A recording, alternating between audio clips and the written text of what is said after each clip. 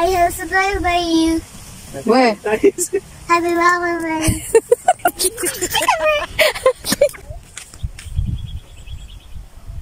Hi! Ako nga pala si Yay, dating OFW na taga Cebu. Ngayon ay naninirahan na sa probinsya ng Luzon. Lumipat lang ako ng bahay pero sa probinsya pa rin ako nakatira. Isang ina na may munting pangarap para sa aking pamilya. Tara, samahan niyo ako sa kwento ng aking buhay. Magandang araw at mapagpalang araw po muli sa ating lahat mga ka-blessings. Naglibot-libot lang po tayo ngayon sa hapon na to mga ka-blessings. I have surprised by you. Where? Happy Valentine's. At sa nakikita ninyo, niloko pa tayo ni Bulinggit. Binigyan tayo ng pipino as Valentine's gift niya daw. Kaya aliwalas talaga ng langit sa araw na to mga ka-blessings. At syempre, ang kapaligiran na rin dito sa amin. Samahan mo pa ng lakas ng hangin. Kaya naisipan po naming maglibot-libot at para mabawasan na rin po itong mga fats namin sa katawan. Kasi na sobrang tagal naming inipon to, palapad na yata kami ng palapad.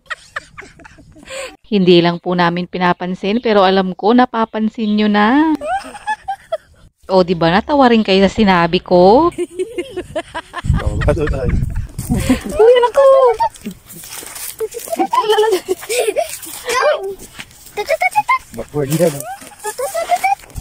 Ito yung mga ngati mamaya.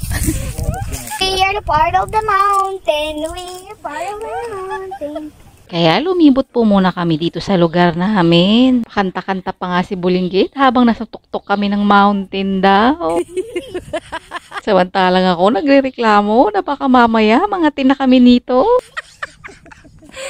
Pero okay lang kung gantong tanawin naman ang natatanaw ninyo.